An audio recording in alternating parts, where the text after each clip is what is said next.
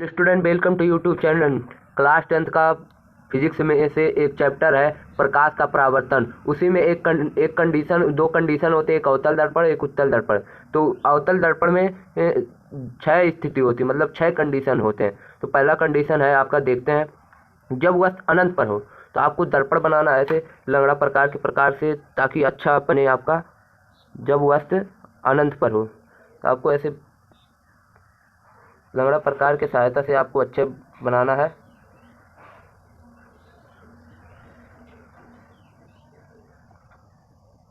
तो हमारा दर्पण बन गया। फिर इसको कलई करेंगे।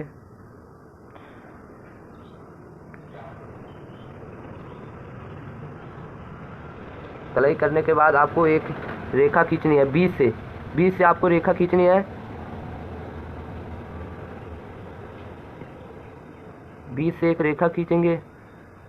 यहाँ पे एक होता है ध्रुव, तो उसको P से डिनोट करते हैं। और यहाँ पे एक होता है वक्रता केंद्र, उसको C से डिनोट करते हैं। और उसके ठीक बीच में ही एक मुख्य फोकस होता है। क्या? मुख्य फोकस बीच में ही बनाएंगे। उसके बीच में एक मुख्य फोकस F से डिनोट करते हैं। और यहाँ पे पहला कंडीशन क्या है? जब वस्तु अनंत पर हो।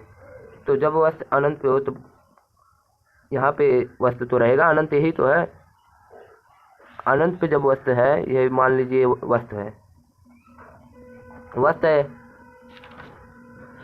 इसको वस्तु को A मान लो और B मान लो। तो इसके से किरण जब आएगी दर्पण में, जैसे यहाँ से किरण आएगी दर्पण में, दर्पण के परावर्तन के पश्चात कहाँ से होकर जाएगी? तो आपका कभी भी दर्पण से अगर परावर्तन होगा तो मुख्य फोकस से ही जाएगा। और उसके बाद आपको देखना है, फिर एक नीचे से यहाँ से दर्पण जाएगा, मतलब वो किरण जाएगी तो वो भी फोकस से ही जाएगा यहाँ से। तो आपको उसमें बताना है वस्तु की स्थिति, प्रतिबिंब की स्थिति, और प्रतिबिंब का साइज, और प्रतिबिंब की प्राकृति। तो आपका वस्तु की स्थिति कहाँ है? मैंने पहले एक कंडीशन में है आपके कि जब वस्तु अनंत पर हो। तो आपको क्या लिखना है? वस्तु की स्थिति में अनंत। फिर प्रतिबिंब की स्थिति, तो प्रतिबिंब हमारे कहाँ है? यहीं पे स्थित है, यहाँ पे। तो आपका प्रतिबिंब की स्थिति क्या हो जाएगा? मुख्य फोकस F पर लिखेंगे कि प्रतिबिंब की स्थिति मुख्य फोकस F पर। और ये प्रतिबिंब का साइज क्या होगा? प्रतिबिंब का साइज यहाँ पे बन रहा है तो एकदम अधिक छोटा होगा ना। तो हाँ, अधिक छोटा होगा प्रतिबिंब का साइज, अधिक छोटा। और प्रतिबिंब की प्राकृति, जब दर्पण के इधर प्रतिबिंब बनेगा तो प्राकृति के वास्तविक तथा उल्टा होगा। क्या होगा? वास्तविक तथा उल्टा। यह हम लोगों का हो गया। वस्तु की स्थिति अनंत पर, प्रतिबिंब की स्थिति मुख्य फोकस पर, प्रतिबिंब का साइज अधिक छोटा, और प्रतिबिंब की प्राकृति वास्तविक तथा उल्टा। अब देखते हैं दूसरा कंडीशन क्या है अवतल दर्पण के दूसरा कंडीशन है कि जब वस्तु अनंत तथा वक्रता केंद्र के बीच स्थित हो। तो आप एक दर्पण बनाएंगे, अवतल दर्पण।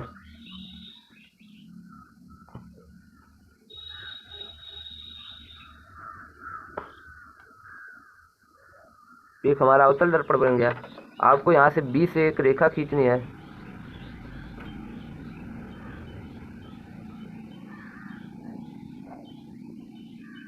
और कंडीशन में हमारा क्या है? जब वस्तु अनंत तथा वक्रता केंद्र के बीच हो। तो यहाँ पे पोल रहता है। फिर उसके बाद पारे किए गए हैं दर्पण कलई। आपका यहाँ पे वक्रता केंद्र रहता है और उसके बीच में फोकस रहता है। पोल और वक्रता केंद्र के बीच फोकस रहता है, वो तो आप ही जान नहीं रहे हैं। और क्या लिखा है? जब वस्तु अनंत तथा वक्रता केंद्र के बीच, तो अनंत और वक्रता केंद्र के बीच स्थित करेंगे वस्तु को, यहाँ पे स्थित है। इसको A मान लो, इसको B मान लो। तो यहाँ से किरण को ले जाएंगे दर्पण में। दर्पण में ले जाएंगे तो वो कहाँ से गुजरेगी? तो मुख्य फोकस आपसे बताया था कि किरण आएगी तो मुख्य फोकस से ही जाएगी, तो मुख्य फोकस से गुजरेगी। और दूसरा किरण यहाँ से आएगा, यहाँ से दूसरा किरण आएगा तो कहाँ से जाएगा? वक्रता केंद्र से। कहाँ से? वक्रता केंद्र पे से जाएगा। वक्रता केंद्र से जाएगा तो हमारा बीच में एक प्रतिबिंब बनेगा।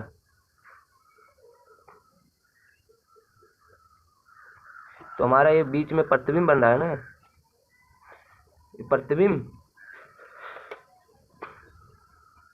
तो आपको यहाँ इसमें वस्तु की स्थिति बताना है और प्रतिबिंब की स्थिति। तो हमारा वस्तु की स्थिति कहाँ है? वक्रता केंद्र। वस्तु की स्थिति अनंत तथा वक्रता केंद्र के बीच, अनंत तथा वक्रता केंद्र के बीच।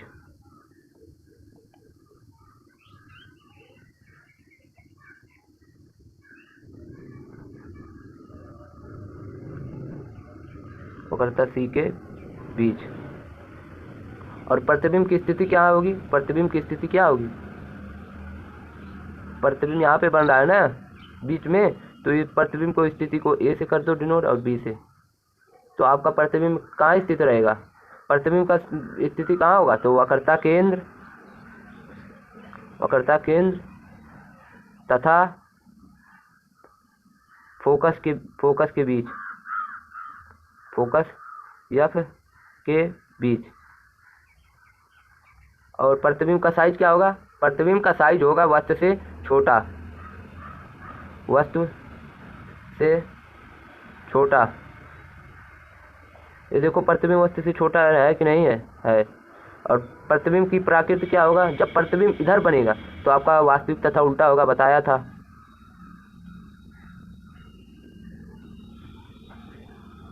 वास्तविक तथा उल्टा। अब देखते हैं तीसरा कंडीशन अवतल दर्पण का। हम लोग अवतल दर्पण के तीसरे कंडीशन पे आ गए हैं। तो आपको एक ऐसे दर्पण बनाना है, आपको एक दर्पण बनाना है। लंगड़ा प्रकार के सहायता से बनाएंगे और अच्छा बनेगा आपका दर्पण। और इससे फ्लाई मतलब पेंट, कई सारे पदार्थ होते हैं उससे पेंट किए जाते हैं। तो आपको एक यहाँ पे रेखा खींचनी है, वही कुछ नहीं करना है, बस आपको वस्तु को इधर उधर करना है बस। आपका आसान है, एकदम आसान है। आपको समझ में आया होगा, मैं आशा करता हूँ कि आपको समझ में आ रहा होगा। वक्रता केंद्र यहाँ पे होता है, इस बीच में फोकस होता है। तो क्या हमारा कंडीशन है तीसरा? जब वस्तु वक्रता केंद्र पर स्थित हो, तो यहाँ पे स्थित रहेगा। जब वस्तु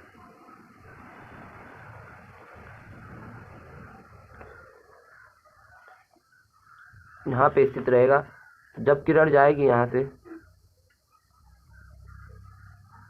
जब किरण जाएगी यहाँ से तो कहाँ से होकर जाएगी? फोकस से।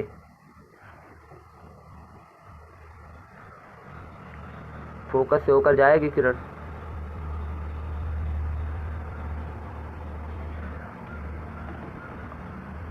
और जब वस्तु यहाँ से आएगी तो फोकस से ही गुजरेगी, तो इसका सीधे यहाँ से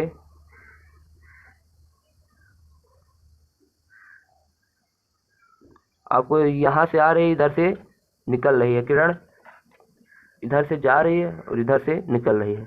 वस्तु का स्थिति यहाँ पे है।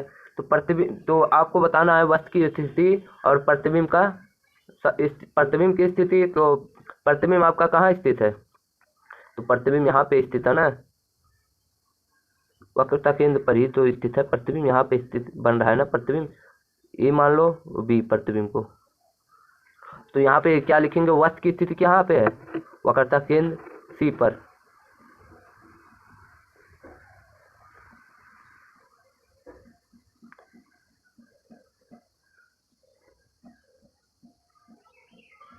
हो। और प्रतिबिंब की स्थिति कहाँ पर होगी? प्रतिबिंब की स्थिति वक्रता केंद्र पे, यहाँ पे बताया है ना कि प्रतिबिंब की स्थिति वक्रता केंद्र पर सी पर, वक्रता केंद्र सी पर। और प्रतिबिंब का साइज क्या होगा? प्रतिबिंब का साइज वस्तु के समान होगा ना, वस्तु के बराबर।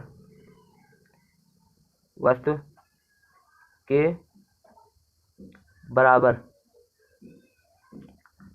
ये हमारा सब थोड़ा छोटा बन गया, आपको सही से नाप कर बनाना होगा तभी आपका अच्छे से बनेगा। और तो प्रतिबिंब की प्रकृति क्या होगी? वास्तविक तथा उल्टा। वास्तविक तथा उल्टा। अब देखते हैं चौथा कंडीशन अवतल दर्पण के। हम लोग अवतल दर्पण के चौथे कंडीशन पर आ गए हैं। तो चौथा कंडीशन क्या है? जब वस्तु वक्रता केंद्र तथा फोकस के बीच स्थित हो। तो पहले आपको दर्पण बनाना है, कुछ नहीं करना है, आपको दर्पण बनाना है पहले।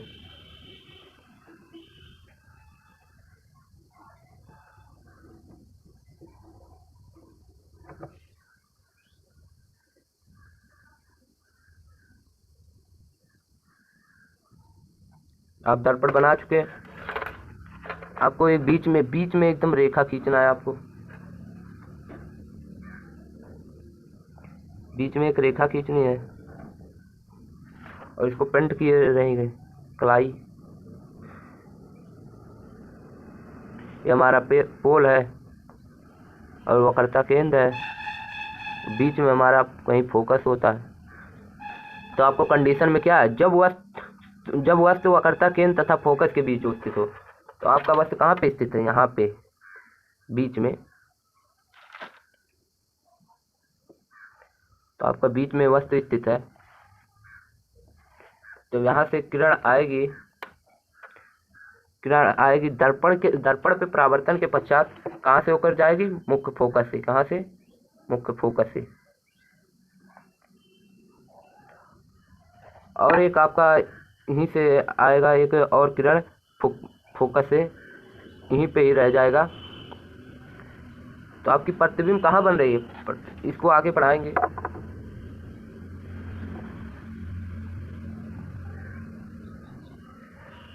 तो आपका प्रतिबिंब कहाँ बनेगा? अनंत पे बन रहा है ना, अनंत तथा वक्रता केंद्र के बीच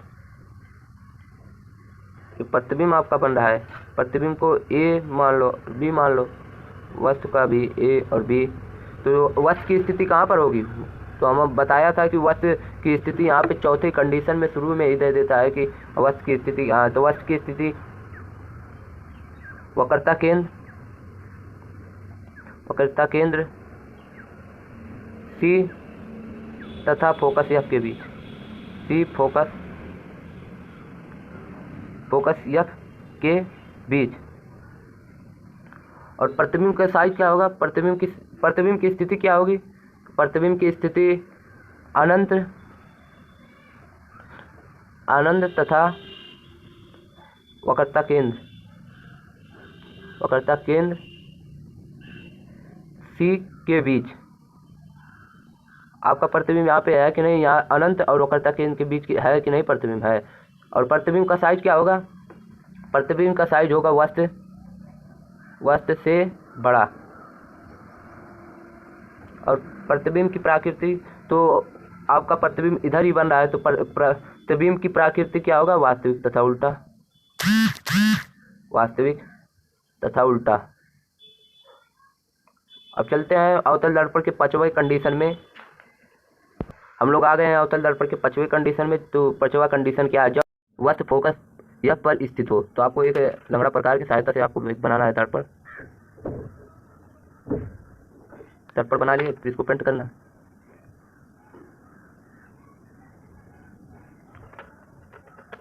आपको बीच से एक रेखा खींचनी।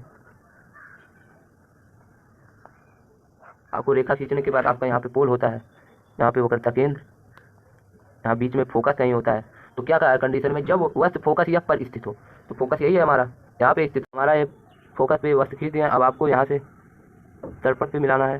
दर्पण के परावर्तन के पश्चात कहाँ से होकर जाएगा? मुख्य फोकस से। आपका कंडीशन है मुख्य फोकस से होकर जाएगा। मुख्य फोकस से होकर जाएगा और एक वक्रता केंद्र से ही होकर जाएगा। आपको दो किरण गुजारना है, तो एक वक्रता केंद्र से ही जाएगा।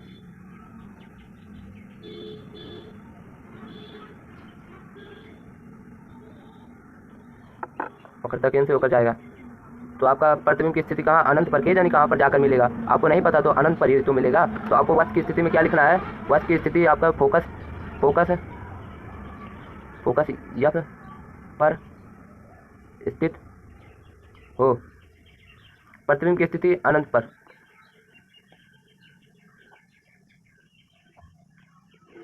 वस्तु और प्रतिबिंब का साइज वस्तु से अत्यधिक छोटा, अत्यधिक बड़ा, वस्तु से अत्यधिक बड़ा। पता नहीं कहाँ पे जाकर बनेगा, और वस्तु से बड़ा ही बनेगा। और प्रतिबिंब की प्राकृति क्या होगा, तो वास्तविक उल्टा, वास्तविक तथा उल्टा। छठवां कंडीशन में देखते हैं दर्पण के। छठवां कंडीशन है जब वस्तु फोकस या फिर तथा पोल के बीच स्थित हो। तो आपको दर्पण बनाना है, कुछ नहीं करना, आपको दर्पण बनाना है पहले।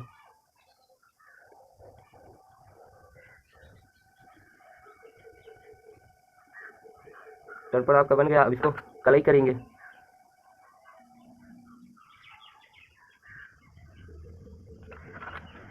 और यहाँ से खींचेंगे रेखा।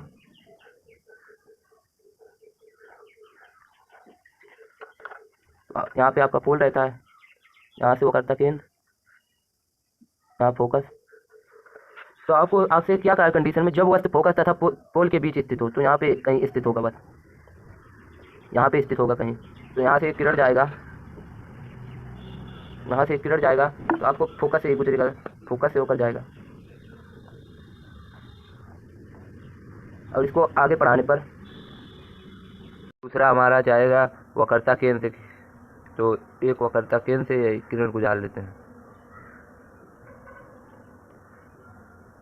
वक्रता केंद्र से। फिर इसको डॉट डॉट बढ़ाने पर आगे कहीं मिल जाएगा। फिर आपका यहाँ पे प्रतिबिंब, आपका प्रतिबिंब यहाँ पर बन जाएगा।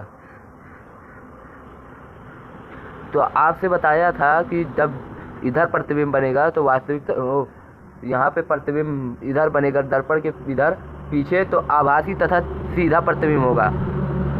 और इधर बताया था कि इधर जब बनता है, इधर दर्पण के इधर जब बनता है प्रतिबिंब, तो वास्तविक तथा उल्टा होता है। जब दर्पण के इधर बनता है तो आभासी तथा सीधा। तो आपको वस्तु की स्थिति कहाँ पर है, वस्तु की स्थिति फोकस तथा वक्रता केंद्र के बीच। लिखेंगे फोकस, फोकस एफ तथा ध्रुव, ध्रुव मतलब पी के बीच। और प्रतिबिंब की स्थिति तो लिखेंगे दर्पण के पीछे, दर्पण के पीछे। और प्रतिबिंब का साइज वस्तु से बड़ा, वस्तु से बड़ा।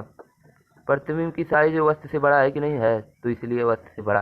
और प्रतिबिंब की प्राकृति तो क्या बताया था, दर्पण के इधर जब बनेगा प्रतिबिंब तो आभासी तथा सीधा, आभासी, आभासी तथा, आभासी तथा, आभासी तथा सीधा।